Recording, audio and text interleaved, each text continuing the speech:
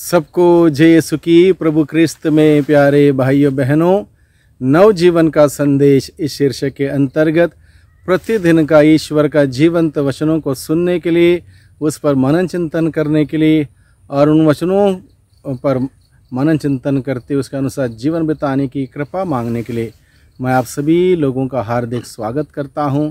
आज अक्टूबर की 23 तारीख है, सोमवार है और आज के दिन में प्रभु का वचन मुख्य रूप से हम सबों को हर प्रकार के लोभ से, लालच से, स्वार्थ से बचे रहने के लिए बुलावा देता है। साथ ही साथ प्रभु हमें निमंत्रण देता है प्रभु की दृष्टि में धनी बनने के लिए, ईश्वर की दृष्टि में धनी बनने के लिए। और धनी बनने के लिए हमें धन इकट्ठा करने की आवश्यकता नहीं है। धनी बनना हो ईश्वर की दृष्टि में क्या करना चाहिए, इस बात को प्रभु आज के सुसमाचार के द्वारा हम सबों के सम्मुख रखता है। इस वचन को सुने, प्रभु की बातों को समझें और प्रभु की दृष्टि में प्रभु के वचन के अनुसार जो उचित हैं उसी काम को करने की चेष्टा करें। प्रभु की कृपा, शक्ति, सामर्थ्य मांगें। आज के सुसमाचार जो संत लूकस के द्वारा रचित सुसमाचार से लिया गया है, अध्याय 12 पद संख्या 13 से 21 के अंतर्गत का प्रसंग है। इसमें इस प्रकार से कहा गया है, भीड़ में से किसी ने ईसा से कहा, गुरुवर मेरे भाई से कहिए कि वह मेरे लिए पैतृक संपत्ति का बंटवारा कर दे। उन्होंने उसे उत्तर दिया, भाई किसने मुझे तुम्हारा पंच या बंटवारा करने वाला नियुक्त किया? तब ईसा ने लोगों से कहा, सावधान रहो और हर प्रकार के लोभ से बचे रहो, क्योंकि किसी के पास कितनी ही संपत्ति क्यों ना हो, उस संपत्ति से उसके जीवन की रक्षा नहीं होती। प्रभु बताता है सावधान रहने के लिए, लोभ से, लालच से सावधान रहने के लिए। क्योंकि प्रभु कहता है कितने भी लोग धन, दौलत, पैसा, अमीरी, सुविधाएं प्राप्त कर लें, इकट्ठा कर लें, बटोर लें, इससे उनकी जीवन की रक्षा नहीं होती। यानी कि एक प्रकार से हम समझ सकते हैं कि धन दौलत जब तक हम इस धरती पर हैं ज़रूरी है।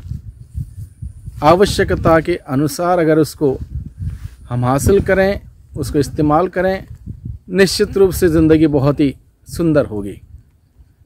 आवश्यकताओं से ज़्यादा पाने की इच्छा रखेंगे और उसको पाने की कोशिश करेंगे, नहीं मिलने पर बेईमानी करेंगे, लोभ लालच से संचालित होकर हम बटोरने का कोशिश करेंगे और बटोर भी लेंगे, तो प्रभु हमें क्या चेतावनी देता है?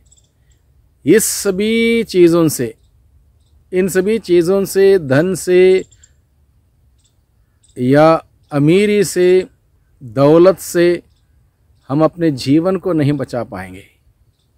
इसमें जीवन को हम नहीं बचा पाएंगे। प्रभु इस सत्य को हमारे सम्मुख रखते हुए हमें याद दिलाते हैं कि हम इस बात से सतर्क रहें, सावधान रहें। दूसरी बात प्रभु हमें बताते हैं, ईसा ने उनको यह दृष्टांत सुनाया, किसी धनवान की ज़मीन में बहुत फसल हुई थी। वह अपने मन में इस प्रकार विचार करता रहा, मैं क्या करूं? मेरे यहाँ जगह नहीं रही जहाँ मैं अपनी फसल रख दूं। तब उसने कहा, मैं यह करूँगा, अपने भंडार तोड़कर उनसे और बड़े भंडार बनवाऊंगा, उनमें अपनी सारी उपज, अपना माल इकट्ठा करूंगा और अपने आत्मा से कहूँगा, भाई तुम्हारे पास बरसों के लिए बहुत सा माल इकट्ठा है, इसलिए विश्राम करो, खाओ पियो और मौज उड़ाओ।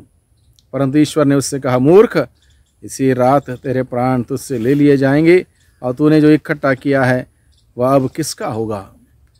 प्रभु इस उदाहरण के द्वारा हम सबों को विचार करने के लिए बुलाता है। एक व्यक्ति का उदाहरण है जिसके अंदर बहुत ही लालच थी, लोभ था और उसके खेत में बहुत ज़्यादा फसल ईश्वर ने दी थी और उसको अच्छा लगा कि बहुत सारी फसल है।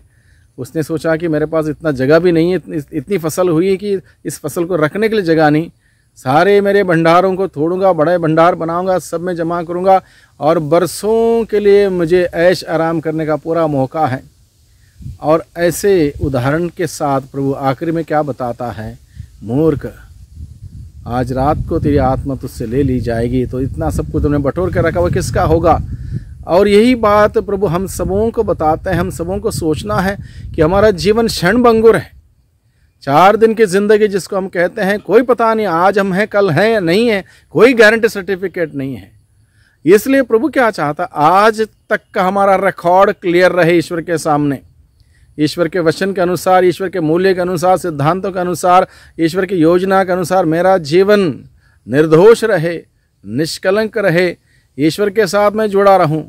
दुनिया के साथ जितना ज़्यादा मेरा आकर्षण होगा, जितना ज़्यादा मैं दुनिया के साथ रिश्ता जोड़ूंगा, दुनिया के साथ जितना ज़्यादा मैं अपना संबंध बढ़ाऊंगा, उतना मैं ईश्वर से दूर जाऊंगा। अगर मैं ईश्वर से दूर जाऊंगा तो मैं मरूंगा तो कहाँ जाऊंगा? इस बात पर भी हमें विचार करने की आवश्यकता है। इसलिए प्रभु इन सारे उदाहरणों को हमारे सम्मुख रखते हुए हम सबों को सही दिशा में आगे बढ़ने के लिए, सही जीवन जीने के लिए, पवित्र जीवन जीने के लिए हम सबों को बुलाता है। प्रभु हमें बताता है हम अपनी आत्मा की रक्षा करें। दुनियादारी में लालच के वजह से, मोह के वजह से, माया के पीछे भागते हुए अपनी आत्मा बर्बाद ना करें। आत्मा को बचा कर रखें। आत्मा को बचाने के लिए हमें ईश्वर के योजना के वचन के अनुसार चलना होगा, जीना होगा। प्रभु ये भी बताता है जब हम इस दुनिया से जाएंगे कुछ भी नहीं लेकर जाएंगे। उस व्यक्ति का उदाहरण जिसके पास बहुत कुछ था, बड़े भंडारों में उसने जमा किया, मरने के बाद किसका होगा उसको स्वयं पता नहीं, वो कौन खाएगा ये भी पता नहीं। हम कुछ लेकर तो नहीं जाएंगे, हम जैसे आए, जिस अवस्था में आए उसी अवस्था में वापस लौट के जाएंगे। इसलिए प्रभु कहता है लोभ से, लालच से, इकट्ठा करने से, स्वार्थ से बचे रहो, क्योंकि इससे कोई लाभ नहीं होगा। हम बटोरते रहेंगे ज़िंदगी भर, लालच करते रहेंगे, लोभ मोह माया में हम खो जाएंगे। क्या ज़रूरत है इन सभी चीज़ों की? ज़रूरत नहीं। जितना ज़रूरत है प्रभु उपलब्ध कराएगा, प्रभु हमें देगा, प्रभु हमारे लिए इंतज़ाम करेगा, प्रबंध करेगा। प्रभु पर भरोसा रखें, प्रभु पर विश्वास रखें। प्रभु निकट है, प्रभु हमारी ज़रूरतों जानता है, हम सबों को हमारी आवश्यकताओं को जानकर हमें आशीर्वाद देता है। उस प्रभु पर निर्भर रहें। अपने इकट्ठा किए हुए चीज़ों पर, दुनिया के वस्तुओं पर, कोई सुख सुविधा पर निर्भर ना रहें, पैसे पर निर्भर ना रहें, धन दौलत पर निर्भर ना रहें, बल्कि प्रभु पर निर्भर रहें। प्रभु ये चाहता है, जो प्रभु पर निर्भर रहता है वो इन सभी धन दौलत के पीछे नहीं भागता है। प्रभु उसकी ज़रूरतों में उसके लिए इंतज़ाम करता है। एक ऐसी बात प्रभु आज के सुसमाचार के द्वारा हम सबों के सम्मुख रखता है। भाइयों बहनों, प्रभु को धन्यवाद दें इस संदेश के लिए, प्रभु को धन्यवाद दें इस संदेश को समझने के लिए, उसके अनुसार जीने के लिए। प्रभु से हम शक्ति सामर्थ्य मांगें। सर्वशक्तिमान पिता परमेश्वर, धन्यवाद देते हैं आज के जीवंत वचनों के लिए। जीवंत वचनों के द्वारा प्रभु आपने हम सबों से बातें की, हम सबों को जीवन के क्षण भंगुरता के बारे में बताया, धन दौलत के फ़ायदे और उसके हानि के बारे में आपने बताया, और हम सबों को किस प्रकार से आगे बढ़ना इसके बारे में आपने बताया, और आपके दृष्टि में धनी बनने के लिए आपने हमें सिखाया। हम आपको धन्यवाद देते हैं। इस वचन के अनुसार जीने की शक्ति सामर्थ्य कृपा हम मांगते हैं, दुआ करते हैं उद्धारकर्ता यीशु मसीह के नाम से, आमीन।